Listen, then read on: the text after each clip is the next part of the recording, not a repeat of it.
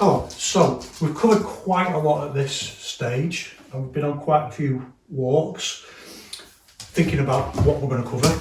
And today I want to bring it back to thinking about this idea of the multiplier effect, one of our key ideas, one of our key teaching aids, that by taking what you already know, and it might only seem like you only know a little bit, by taking that and adding it together, that you can create so many more different things. Like, and this is part of the structural symmetry of each one, that you can bolt these things together.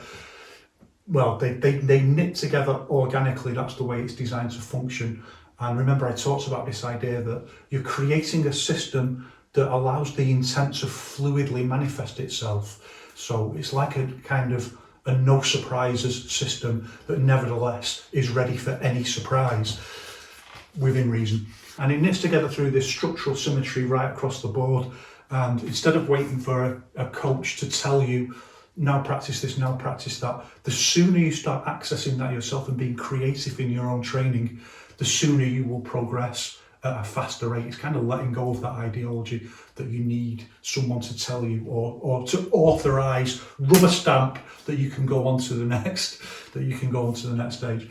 There's some things you can't rush. I know that there's some things you can't rush standing, and what we call cultivation, the gradual step-by-step building of advanced level body consistency and ability to form configurations in your movement. You can't rush that.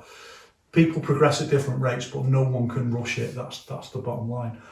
But some things you can massively progress forward in terms of designing your own curriculum, accessing what we've called the infinite curriculum, which means the way that the structural symmetry of each one works, that once you start thinking about the multiplier effect and adding things together, you start working out combinations, ways of doing things that you weren't taught but nevertheless are logically implied from something that you were taught, and you start seeing this structural symmetry. The more you can do that, the more you're training your intent from another direction, a kind of abstract direction, to be able to function fluidly within this curriculum of movements. We're trying to reach that singularity point where, boom, it's like a big bang. There's just a total change, that practicing all of these things by rote suddenly radically transforms into something totally different. The intuitive ability to form the right configuration and be able to put combinations together and use your footwork and so on in the right way in the moment of chaos or crisis. Call it mapping chaos, that we get used to chaos, and that's going to apply a lot more when we bring it into the sparring element of each one. So what I want to do in the next two videos is, first of all, start looking at how we use our somatic timing with a single step, and then in the video after that, start thinking about how we use explosive stepping movement. So thinking about taking our understanding of stepping onto an entirely different level. So let's begin first of all anyway with single step somatic timing. I don't think we need to massively rehearse somatic timing now. We know it's this kind of shimmy that uses the relaxation in the shoulders. It's one of the things that we developed through Zhanzhuang, although it's by no means the only thing that Zhanzhuang does.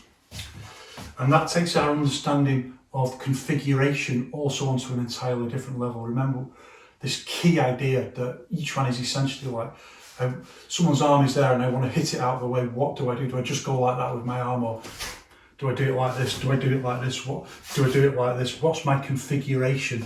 And learning how to use configurations. Now it takes an entirely different level. It goes on to an entirely different level where you've got to think about relaxation, particularly from the shoulders, but actually the shoulders are just like the point that the intent can link onto a little bit more strongly because they're on the extremes. Really, it's your whole body. It's all of your musculature. It's got to have the right kind of relaxation to shimmy into the next posture, and that's a good way to start. So let's just think about just practicing like relaxing the arms like that into the shimmy. And this is the somatic timing. 1, 2, 1, 2. You can see the way the muscle, the second punches are integrated into the first punch as a follow on from the muscle movement. It's not 1, 2, it's one movement, 1, 2 like that. We've talked about doing that exercise and practicing it. So if you've got that, now we want to start bringing it into a step, and we're just going to use our normal seeking step, like that. And what we want to do then is use the somatic timing to go straight into the cross. So it's a little bit more of a, so if you can do it on the spot, you see also, like if I'm doing it on the spot, I again begin to task specifically modify my movement. So the pivot routing is a little bit shorter, and the movement of the punch is a little bit shorter than if I was just going to do a punch on its own. And this is all about, I mean, it's a higher level of fight skill. It's about intuitive compromise, and by that we mean that if I'm just going to go for a punch with the lead hand, I want to put as much power in it as possible. So I'm going to do a slightly bigger movement. I'm going to do a bigger pivot route. But if I want to 1-2, if that's what's being triggered by my intent, and these are for the most part, it's not always completely intuitive, but for the most part, these are decisions that the intent is making that bypass conscious decision making. There's enough time to make a conscious decision to do that. So I know myself, when I look at videos of myself sparring and look at my reactions and I think like I had no conscious awareness whatsoever that I was going to do the things that I do. It's my body does it. Then there's other times, of course, where you are thinking like, oh, he's open, he keeps dropping his guard, I'm going to hit him the next time he does that. That's a different kind of idea. But you will make these decisions, or your intent will make these decisions, like just go for the big powerful jab, or I'm going to go for the 1-2. So I'm just going to curtail the movement a little bit more. Remember this key idea of curtailment, and now that goes on to another level as well. Another level of usefulness, another level of practical brilliance, and another level of conceptualization within our Yiquan paradigm, that we can just curtail the movement a little bit more to compromise into the cross. And this is what we've called manufacturing sympathy. That this is a very sympathetic movement anyway, with the complementary routing.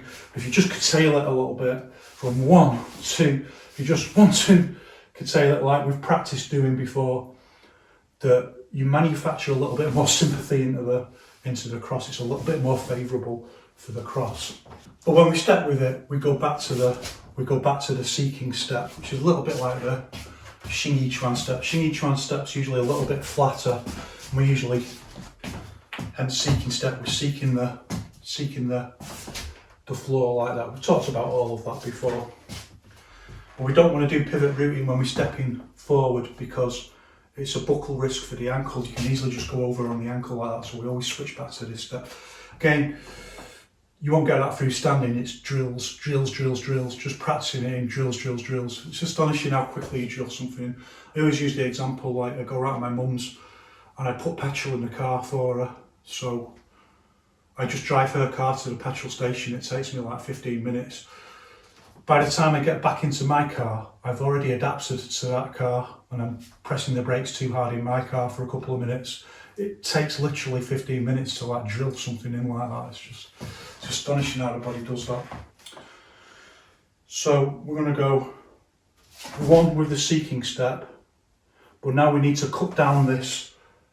Remember all this stuff we've been talking about, how Yao Zhongzhen is solving this problem of like reducing the amount of time between punches. Xing Yiquan's so big movement, boom, boom. We want to reduce that combination time. And this is the solution, either from the hips or the shoulders. It's the whole body, but the hips and the shoulders become like the anchor points that the intention can really focus on.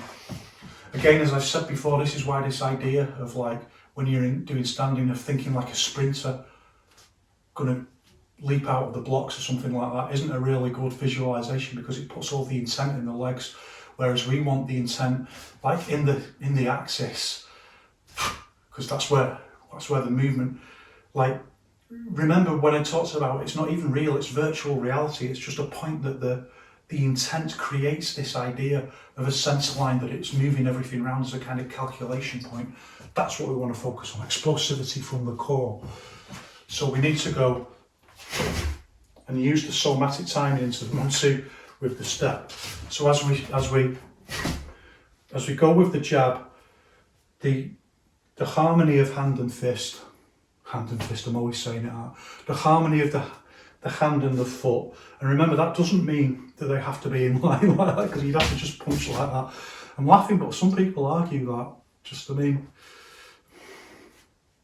it's like some people say that in standing you put your arms like this so that it helps your lungs function better. I mean, it's just, anyone could just go like, it's nonsense. Why would you have your, anyway. So the hand is going to go, it's going to go beyond the foot. But remember, our movement is curtailed. It's straight but not straight punch. The movement is curtailed like this. And again, this ability of curtailment aids this relaxation of the shoulder that we need for our somatic timing. Because if you just do a straight punch like that, you don't get that. There's nothing to. So if I do that, now there's forward for the muscle to wobble on. If I do like that, lock it out like that, it's just all in a straight line, so you just don't get that. It's like, suddenly becomes very robotic like that. I was going to say very Shaolin Chuan, but actually, as I said before, traditional Shaolin Chuan very often has a little bit of keeps the arm a little bit bent like that. So as the step hits and all the muscles fly off the bone, then we immediately use that as the muscles are going back. Well, this is the feeling anyway. This is what it feels like. 1, 2, we go into the shimmy like that.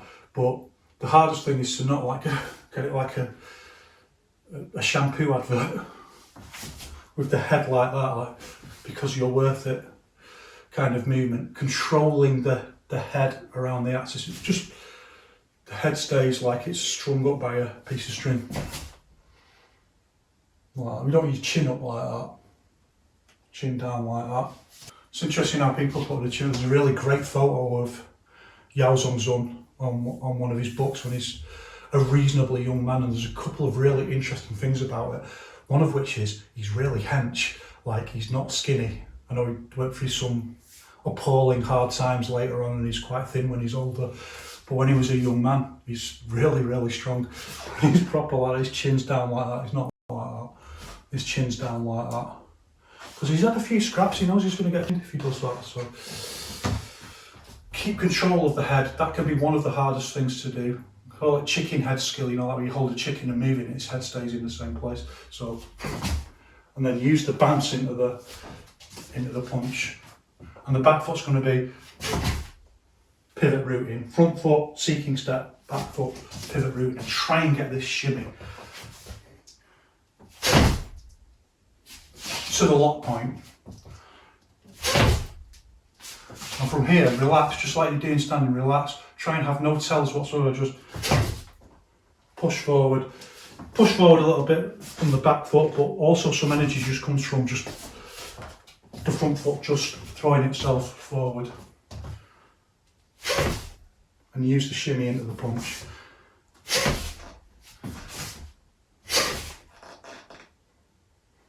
You can see the jab movement smaller than if I just do it off the spot like that. There's less overall movement in it because I'm manufacturing sympathy for the cross. And the same the other way, so seeking step, and as soon as it hits, then shimmy straight back into the posturing. Again, just like you've got to be really wary of not making the movement too affected, like not like that. It's just in a split second that you've got to get there. For this kind of movement, just keep that shimmy light. And now we start seeing like one of the real important things about when we're using visualization, and we've got to think like, are we using too much tension? Where's that balance between visualization and tension in the muscle? Because now you've got to bring that into your movement and think like, am I getting that shimmy in, or are my muscles relaxed enough to get it like that? If I do it like that, if I do it like that, you know, that's tense. See the muscle going first, see the shoulder going first. This idea that we talked about, Yiquan talks about, that busy body, idle hands.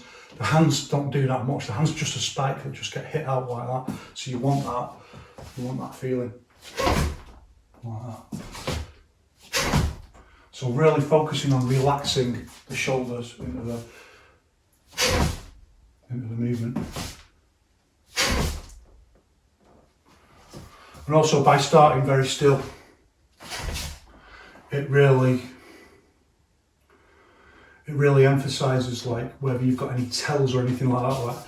Like do you pull one hand back before you move, or do you try to do it like that? As someone pointed out, someone messaged me to point out that when I'm doing some movements, some slow movements, sometimes I just move all my weight forward like that, as opposed to kind of traditional drop your weight and then in like that, which is legitimate criticism, something for me to look out for. But it's a tell, like when you drop and move like that. So you've got to be very careful with your slow movement training, that you don't drill in that tell. So here you don't want to drop like that. So even though in most RPU training, you do this because you want to put all the emphasis on your leg when you move. So you can do things like this with it's all about the leg. But when you actually want to move with a hit, you want your whole body to go together. You don't want to drop and go, unless you're going for a takedown or something like that. It's a tell, so just looking out for little tells like, do you drop like that and go like that and boom, spring like that? Do you do that first? I do have tells, I have to say. I can say, I'm not telling you what they are, but I do have tells. And they can be hard to drill out. Everyone's got them anyway. But from still movement, just relax, relax, relax. And this is where you start getting what we call the yips. Like I mentioned before, when you play darts and you can't let go of the darts, like you can't go. You can't, there's a gap between relaxation and explosive movement into the punch that's got to be bridged by the intent. It's not always as easy as it seems.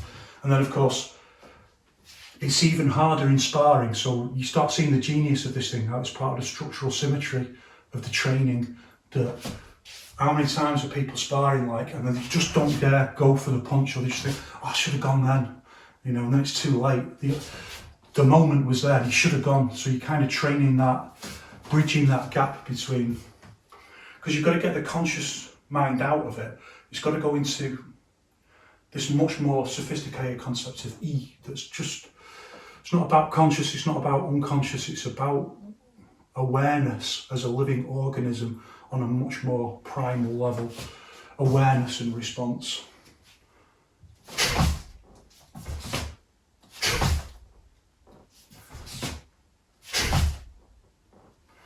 So getting that shimmy into it, training to get rid of the yips and just learning to move from, and not overdoing it, just relaxation. Don't put it on in an affected way. If you can get all them elements together, then we can move on to doing some different ones. Next we step in and we hook. And remember, even with the hook, we try not to turn the foot out like that, because it's a buckle risk for going over. We still try and use the seeking step. I've talked about all of that before.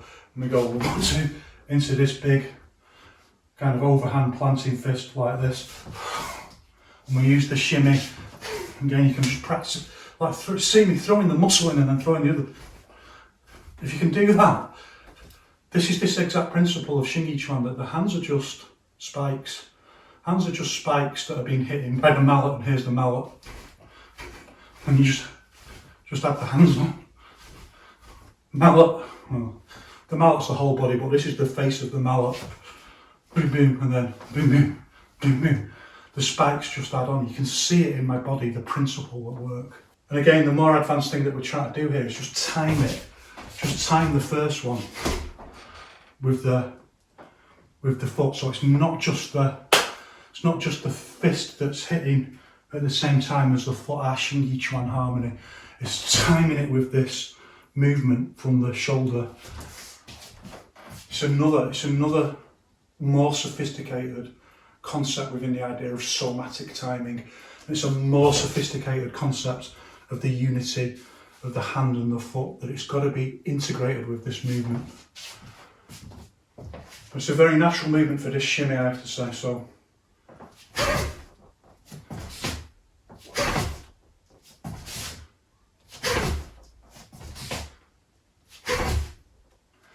goes very nicely 1, 2 like that. All the details are the same as before, I don't have to keep explaining them. And the other way, same thing. Well, you see if you do it very relaxed. And again, it's exactly the same thing that you see in Tai Chi, that trying to get that. It's usually overemphasised. It's emphasised much more than it is in Yiquan. In Yiquan we get it. Tai Chi Chuan suffers from exactly the same thing as Xing Yiquan. The focus on single punch, single technique movements. It becomes quite difficult to put them into combinations, except like the most this kind of thing that we use in Yiquan, like the explosive movement from a kick or something like that. To put movements into combinations, it's at a very minimal level in Tai Chi. It's at a very minimal level in Xingyi. That's why we had to make this leap, this conceptual leap in Chinese physical culture. So, one, see the movement. If it was Tai Chi, it'd be like to really emphasise the single power, you know. And it again, you know, as talked about before, it's like Confucius and the grave. You know, like the grave comes first, and then all the ritual comes afterwards. All the justification for the ritual then comes after that. Like once you've got that, then people start saying things like, "Yeah, but I'll just drill through with internal force and strike them down." And the next thing that happens is you wake up in the hospital because it just wasn't real, you know. Just like every so often someone goes from being incredibly poor to being incredibly rich. It happens sometimes, but it's not the general rule, is it? So it's just it's just exactly the same way of tricking us into believing something that's not true. So, like that. Getting a bit political there. So 1, 2, 1, 2.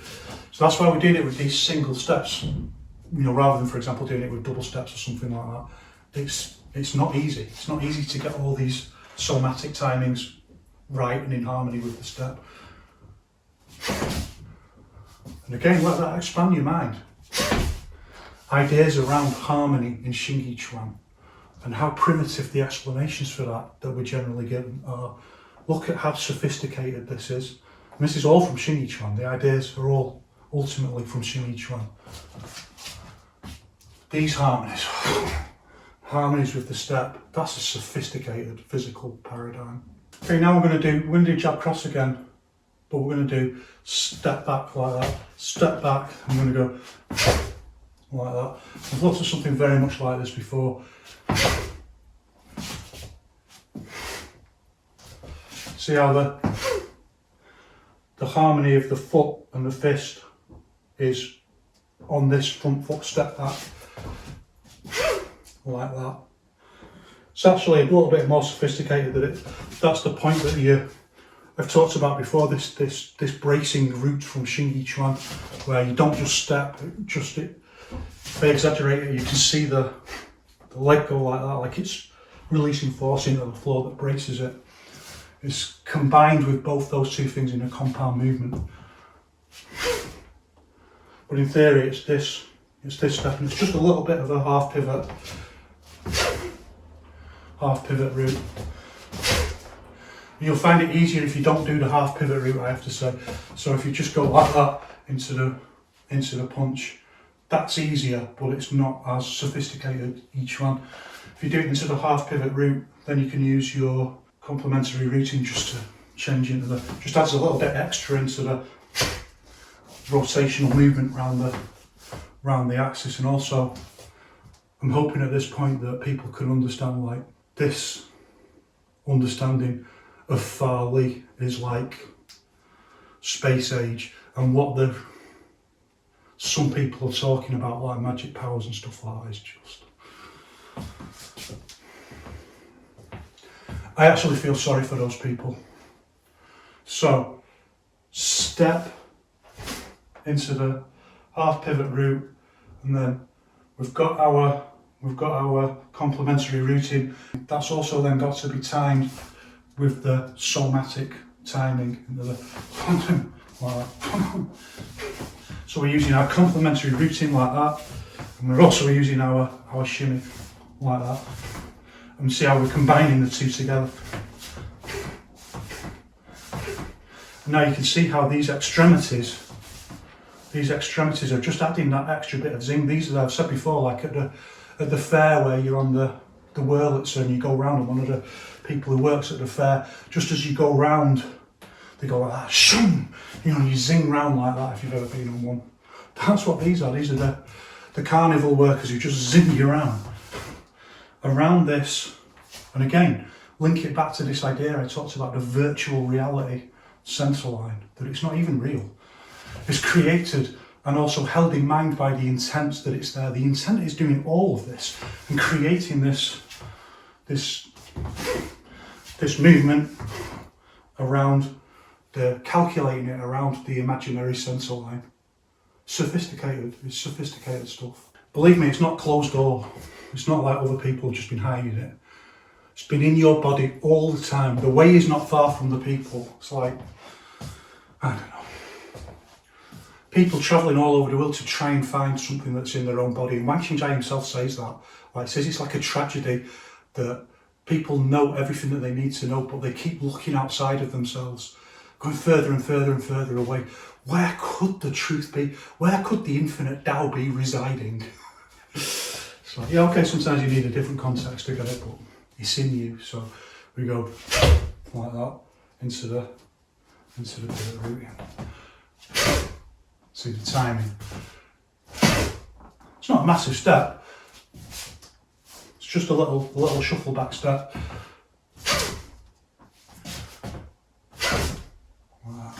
Change the other way. So now I'm linking it all together into the posture.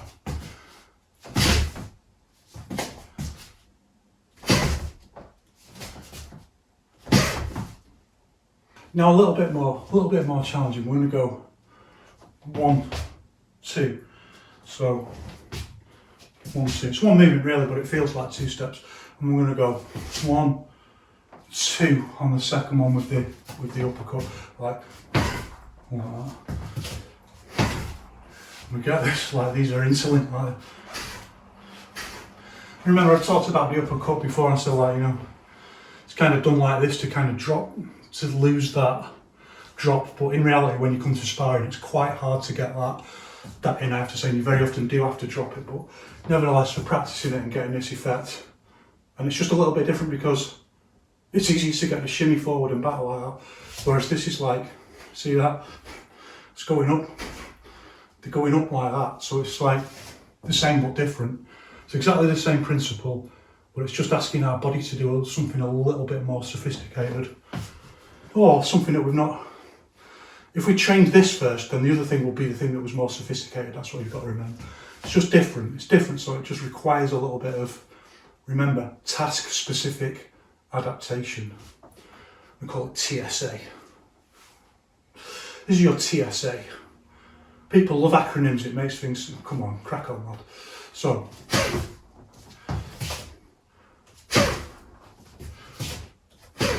and it's also a little bit more challenging in that if we step like that, everything's in the same direction. Even if we go like that, everything's in line. And this is, the energy of our step is going that way, but the energy of the punch is going up. So if we do that, you can see like everything's in the same line, so it just makes it seem much easier to do that. But if you've got to go step that way and the energy's got to go up, we don't have that same feeling, and particularly because the feeling, the actual physical feeling of the muscle bouncing off the bone is different when you go up. It feels bigger when you go forward. There's just like the whole arm is kind of in that movement, and the whole shoulder moves a bit more and it moves less that way. Feel it when you do it, so it just feels a little bit more awkward. That's good reason for practicing it. So, and look at this movement, like 1, 2, 1, 2, 1, 2. See how they're interlinked together, but they're interlinked not from the hands. So remember, all the time we've been talking about this idea of people who punch with their intent in the hands, changing that to putting the intent in the body. The intent isn't in the hands; it's in the shoulders. So if I can just do it like that. These are just bolted onto the end. So we do it the other way. Try not to, it's a bad habit we've all got, do we over twist the arm with the uppercut to reveal the underside of the arm, which is much more vulnerable, like a dragon's belly.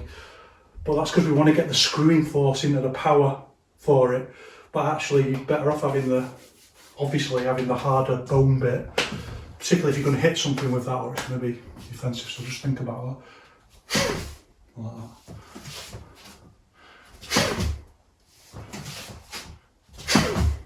Like that. Focusing on getting that shimmy into the movement. We'll do one more, and we'll do it to flag up the. It's no use talking. What are you talking about?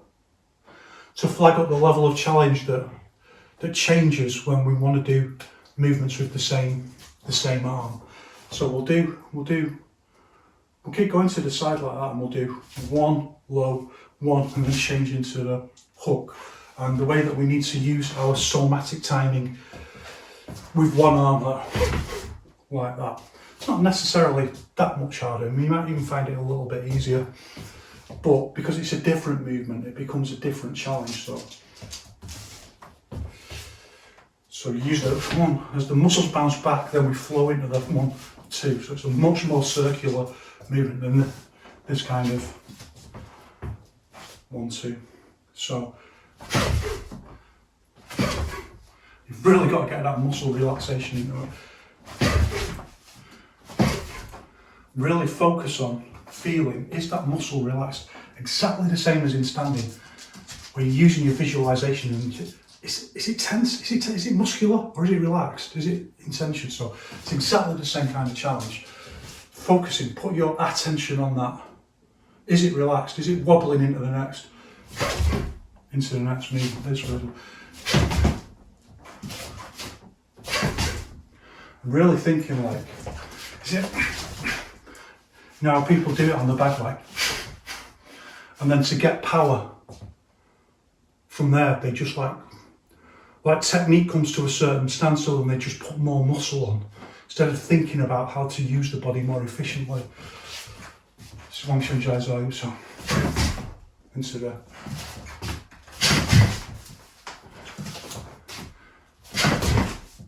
Learning how to relax and use the body in a more relaxed way. You can make up your own exercises from there, just putting things together. And we'll come back and later on and look at some more different footworks in another video. But for that, that's it. Thanks for watching as ever. One love, take it easy, see you in the next one.